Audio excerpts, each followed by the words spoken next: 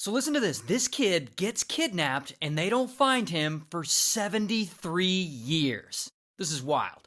So one day, two brothers are playing in a local park and they're minding their own business, having a good time. Then, out of nowhere, a woman wearing a green bandana approaches them and she offers the younger brother some candy. And younger brother's like, sure, I want some candy. Who doesn't love candy? And the woman is like, well, come with me and I'll take you to the store to get some. And so the younger brother leaves with her to go to the store and get some candy. And that is the last time anyone ever saw him. Now the boy, his name's Luis, and he's 6, and the other boy with him in the park is his older brother, Roger. Roger's 10. And when the woman starts to leave with Luis, Roger's like, well, I want to go too. I want some candy. And he starts to follow them. And so he walks along, following them, but then, after a while, he starts thinking, where are we going? Something about this ain't right. Now, keep in mind, this is happening in 1951, so this is way before stranger danger, way before there were nationwide campaigns notifying kids not to get into cars with adults they don't know. And so anyway, Roger feels like something isn't right, and he decides, this is weird, I'm telling my mom, and so he stops following them and he runs home. Minutes later, he's home and he tells his mom. Now, his mom is this woman, who we'll just call Mom.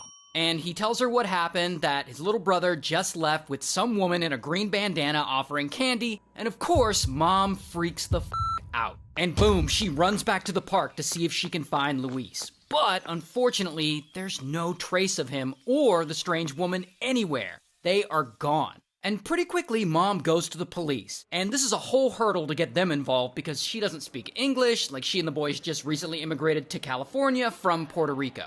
But after they cross the language barrier, police get involved, and this huge 9-block search gets underway. Soldiers from a local army base help out, and they start looking, and the Coast Guard helps by searching the Bay Area nearby, and this story makes the news locally, and that gets it a little attention there. But still, there's no sign of little Luis. And of course, Mom is destroyed by all this, but there's not much else she can do. And this is during a time where there are no Amber Alerts, no surveillance cameras, no missing children computer database. All they have is a 10-year-old's description of what happened that day. And so every day, Mom goes to the police station to see if there are any updates, hoping that they'll have something. And every day, she gets the same answer. No news, no leads, no Luis. And years pass, and Mom stops coming every day, and she just comes once a week, and eventually that turns into her coming once a month. And as more time passes, she starts to only come to the police station once a year. And at this point, officers know her so well that she'll just walk into the station without saying a word, and they'll look at her and they'll just shake their head, and she'll know